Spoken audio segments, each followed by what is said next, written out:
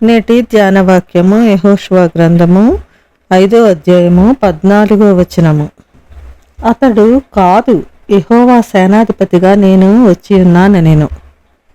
నిన్నటి దినాన యెహోషువ యొక్క దర్శనము, ఆ దర్శనానికి ముందు ఏం జరిగిందో తెలుసుకున్నాము.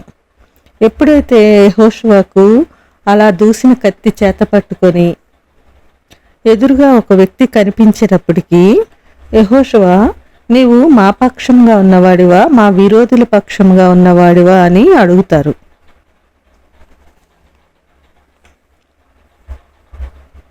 అంటే నేను మీ పక్షంగా రాలేదు, విరోధుల పక్షంగా రాలేదు, కేవలము యెహోవా సైన్యాధ్యక్షుడుగా వచ్చాను. అంటే అతడు ఏ ఒక్కరికో సైన్యాధ్యక్షుడు కాదు, అనంతమైన దేవుని సైన్యానికి అతడు సైన్యాధిపతి.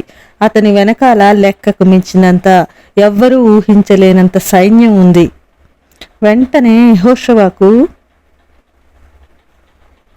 అర్థమైంది ఏమిటి అంటే, సర్వసైన్యాధ్యక్షుడైన దేవుడే తన ముందు నిల్చున్నాడన్నది అతనికి అర్థమయ్యింది. ఈ దర్శనంలో యెహోషువ అడిగిన ప్రశ్నకు అతడు కాదు అని జవాబిస్తాడు. అంటే ఇక్కడ యెహోషువ యెరికోను ఓడించాలి అన్నది దేవుని ప్రణాళిక, అది యెహోషువది కాదు. కనుక నువ్వు అంతగా దాన్ని జయించడం కోసము సతమతం అవ్వవలసిన అవసరం లేదు. ఆ ఆలోచన నాది, కనాను దేశం మీకు ఇవ్వాలి అన్నది నా ప్రణాళిక, కనుక నేను ఉన్నాను, నేను చూసుకుంటాను అని యెహోషువకు చెప్పినట్టే. అలా ఆ మాటకు అర్థం బోధపడగానే యెహోషువ భారమంతా తేలికైపోయినట్టే భావించి ఉంటాడు. ఇంకా రెండవదిగా యెహోషువ ఆ సమయంలో అతని ఆలోచన తన దగ్గర కావలసినంత సైన్యము, వనరులు లేవు అనేది. యెహోషువ తన స్వంత శక్తిని గురించి ఆలోచిస్తున్నాడు. దూసిన కత్తి చేత పట్టుకొని ఉన్న ఆ మనుష్యుడు యెహోవా సేనాధిపతిగా నేను వచ్చాను. అతని ఆలోచన ఎరిగిన ప్రభువు, నీ సైన్యం కాదు ఓడించేది, నా వెనుక ఉన్న అనంతమైన సైన్యము, నాదైన రీతిలో దాన్ని ఓడిస్తాను. యెహోషువ యొక్క ఆ బాధ్యత నుండి దేవుడే ఆ భారాన్ని తీసుకుంటున్నాడు. ఇది యెహోషువకు ఎంతో నిశ్చింత. వేవేల సైన్యానికి అధిపతి అయిన సైన్యాధ్యక్షుడు ఎదురుగా ఉన్నాడు. మూడవదిగా, సైన్యములకు అధిపతియగు యెహోవా అనే మాట ఇక్కడ నుండే ప్రారంభమయ్యింది. ఇంతకుముందు ఎక్కడ ఈ పదం మనకి కనిపించదు. యెహోషువ చూసినది ఈ సైన్యములకు అధిపతియగు యెహోవానే.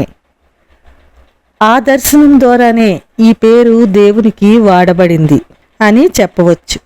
దీని ద్వారా దేవుని ప్రణాళికను నెరవేర్చడంలో యెహోషువను సాధనంగా వాడుకున్నారు. దాన్ని జయించడానికి కావలసిన సహాయము దేవుని దగ్గర ఉంటుంది. ఆ యుద్ధంలో ఆ పరలోక సైన్యం తన వెంట ఉంటుందన్న సత్యము ఈ దర్శనం ద్వారా యెహోషువకు అర్థమైంది.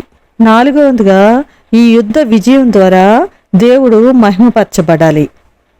ఆ యెరికోను జయించడానికి దేవుడు పన్నిన వ్యూహం చాలా మందికి ఇదేంటి ఇలా చేస్తున్నారు అనుకోవచ్చు.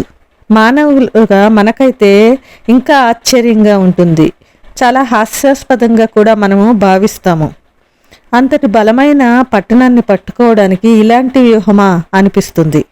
7 రోజులు ఆ పట్టణం చుట్టూ తిరిగి తర్వాత పెద్దగా అరవడం, దాంతో ఆ పట్టణాన్ని జయించగలమా అనే ఇది సరైన విధానం కాదు అని మనకి అనిపిస్తుంది. దేవుడు 6వ అధ్యాయం 2వ వచనంలో ఇలా చెప్తారు, చూడుము, నేను యెరికోను దాని రాజును పరాక్రమం గల శూరులను నీ చేతికి అప్పగించుచున్నాను. మీరందరూ యుద్ధ సన్నిధులై పట్టణమును ఆవరించి ఒక మారు దాని చుట్టూ తిరగాలి. అలా 6 దినములు చేయొచ్చు రావాలి.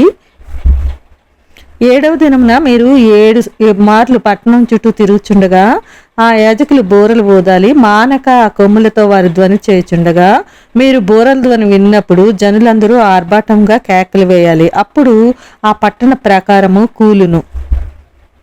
కనుక జనులు తమ ఎదుటికి చక్కగా ఎక్కుదురు అని చెప్తారు. ఇది దేవుని యొక్క ప్రణాళిక, యుద్ధ వ్యూహం. మనకైతే అంత బలమైన పట్టణాన్ని పట్టుకోవడానికి ఇలాంటి వ్యూహమా అనిపిస్తుంది. కానీ ఇక్కడ దేవుని మహిమను చూడాలి. ఇశ్రాయేలీయులే కాదు, యావత్తు జనాంగాలకి దేవుని మహిమ తెలియాలి. యెహోషువకు వచ్చిన ఈ దర్శనం ద్వారా ఈ విషయాలు యెహోషువ గ్రహించాడు, మనం కూడా గ్రహించాలి. ఇంకా యెహోషువ ఈ దర్శనం ద్వారా ఏం నేర్చుకున్నాడో ఇంకా కొన్ని విషయాలు మనము రేపటి దినాన్న తెలుసుకుందాము. అంతవరకు దేవుని కృప మనకు తోడై ఉండునుగాక. ఆమేన్.